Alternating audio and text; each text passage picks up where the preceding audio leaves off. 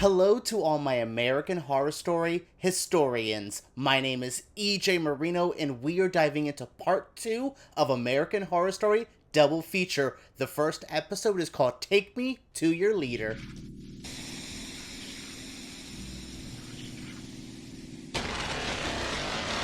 Whoa, what a weird, crazy, explosive, quite literally at some times, episode of American Horror Story. I was kind of disappointed with the end of Red Tide, and the beginning of Death Valley is interesting. It was a jam-packed episode with a lot to offer, so many good, weird moments, a lot of fun, over-the-top campiness, but at the same time, I think they're trying to do a bit too much at one time. I also think some of it looks a bit too cheap as well. I am overall conflicted. I had a decent time watching the episode because I mostly said, what the hell is happening the entire time? From the weird Amelia Earhart stuff to the modern group of millennials talking about being allergic to sperm. Like, what is going on in this here episode? I, again, liked it. I'm just a bit confused. It was honestly kind of overwhelming. I was so into the 1950s stuff, and then we just dramatically jumped to a modern setting. I am like, y'all are really trying to jam-pack this double feature. Like, this now feels like a triple feature. There is so much happening, and I know the modern story and the 1950s story are going to connect. It's pretty obvious. It just feels like a lot that they threw on us at one time, but overall, I did like it. I do think there's some strong acting. Hell, I even liked Kaya Gerber a lot more in this one. She kind of impressed me. I kind of like the millennial group way more than I thought I did. Still don't think the AHS people know how to write somebody under the age of 40, but no, efforts. They're trying. There was a little bit more fun to be had here. Okay, let's get through this intro and let's kind of jump into the episode because there is a lot to talk about. The episode begins and we are in 1954 in New Mexico. We have a housewife who's just doing her housewife stuff. Her little kids playing out in the front yard,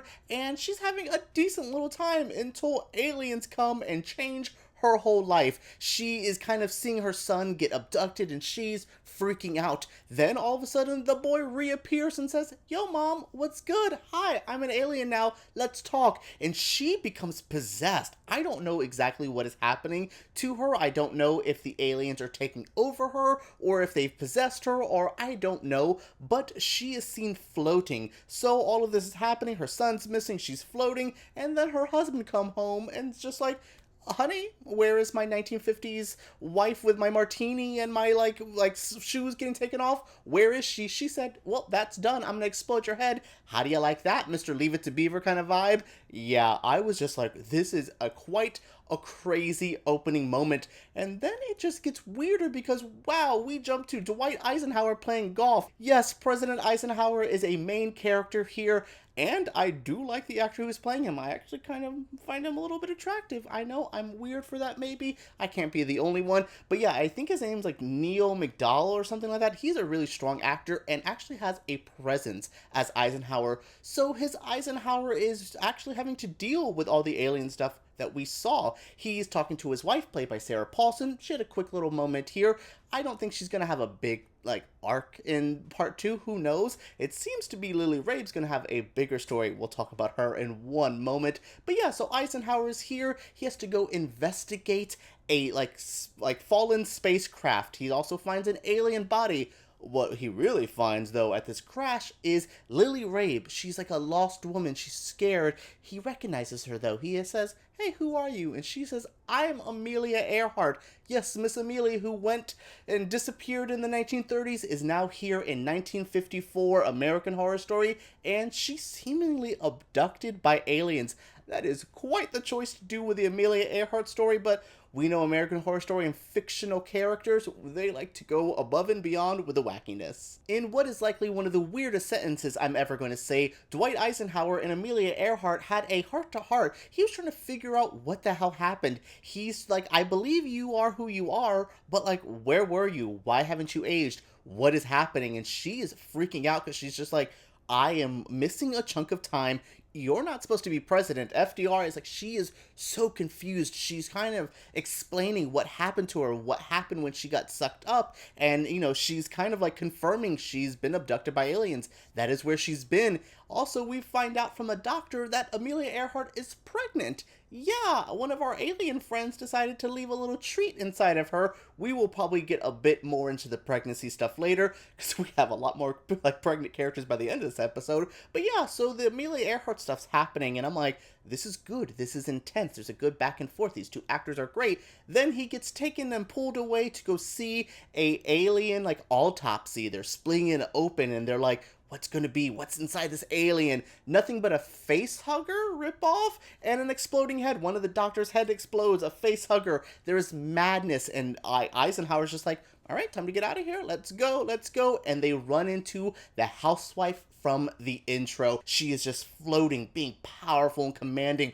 What a badass. She looked so cool here. She had such a presence, such an energy, and I absolutely adored this character. And she says basically like, oh, Eisenhower, you're president. You think you have power? No, honey, I am the true power. Let me show you. She's exploding heads left and right. She gives them an ominous, like, I am here. This is what we're doing. You will be listening to me. And then we are done with this section of the episode. And I'm like, you gave me so much insanity. You have to give me more. I kept waiting for them to go back to the 50s section, but for now, we are done with that, and we jump to modern times. The episode now switches to the present day. Well, whatever I believe to be the present day, who knows with this show, and we meet 4 new characters. We have Cal, Kendall, Troy, and Jamie, a group of 4 beautiful millennial characters who have very strange conversations that I guess maybe I would have conversations like this with my friends. It just felt so inorganic. It didn't feel as real as it should have. So these are all talking. We have Kaya Gerber who's here. We have one of the guys from the Frat Boy episode. I don't know the other 2 actors, but I really do like them. I think the actress who plays Jamie was really giving me what I needed this episode. She was pretty cool. So yes, we have these 4 characters. Kaya Gerber character, who is Kendall, is basically like, we need to like unplug. Let's have a fun little weekend where we're gonna go camping, no cell phones. I live this weird no cell phone life, and I'm like, yeah, we're really getting a lot of explanation about these characters, a lot of big backstory that I'm like, I didn't expect us to stay with him so long, so I was curious of why we were getting so much character backstory, why we were spending so much time, and because they seem to be a big part of this episode. So, yes, they're trying to get along. We find out the 2 guys are dating each other. I like their little relationship. There is some fun back and forth. There's some fun, very gay community conversations between the 2, and I like that. So the group decides to go on their camping trip. They're having a fun, good time. They're at Joshua Tree. They're just doing, the millennial hippie lifestyle BS. And I'm like, cool. And then they decide to go walking, and they can't find this river that they were going to. And then they find these cow bodies, and they're split in half, just straight down the middle, someone got bloop. And I'm like, oh, cool. And wow, they're moving. They're still alive. These 4 just freak the hell out and dip out of there. Maybe they should have stayed, and what was about to happen would have never happened if they maybe would have just relaxed, try to figure it out, because oh boy. Since these 4 are freaked out, they decide to dip out. All of them get into the car and go until the car stops and the aliens come, basically, and just, the big shiny white light. We see all 4 of them get attacked by a tentacle, and we're like, what the hell is happening? This episode just made me go WTF so much. I was in pure, confused shock watching these all 4 get attacked, and then we kind of get back to what, the attack is over. They're all kind of confused in the car. Jamie's not in the car. She's just roaming, and they're like, yo, girl, what is happening? They get out of the situation. They think they're in the clear. They're trying to figure out what the hell happened, and none of them are feeling good. They're all kind of sick. They're all a bit confused and lost, and the girls are thinking, did the guys do something to us?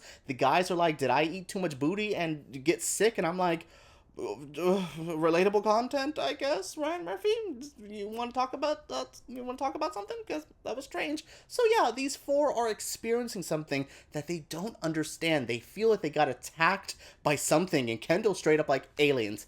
aliens, it's aliens. And Jamie's like, girl, what the hell are you talking about? And she's like, aliens, my mother Cindy Crawford told me about the aliens. No, I was pretty interested in her like pure insanity about these alien things and what was going on. And yeah, they all decide to get together, figure out what's happening, and oh my goodness, all 4 of them are pregnant. Yes, all 4 of them. The 2 girls, shocking, because one's like, I'm allergic to sperm, the other is like, I'm on the pill. The other 2 are dudes, and I'm like, submissive and breedable, but sure, but that breedable? Lord have mercy. I am shook that all 4 of these characters are pregnant, and it is a crazy wrap-up of an episode. There was a lot to digest. Let's get to the closing thoughts. So this episode gave us a possessed alien housewife, the return of Amelia Earhart, 4 pregnant people, 2 of them that happen to be dudes, and I am just shooketh. This was quite the episode. It's weird, it's strange, it's a bit sci-fi, it looks a little too cheap at times, but overall,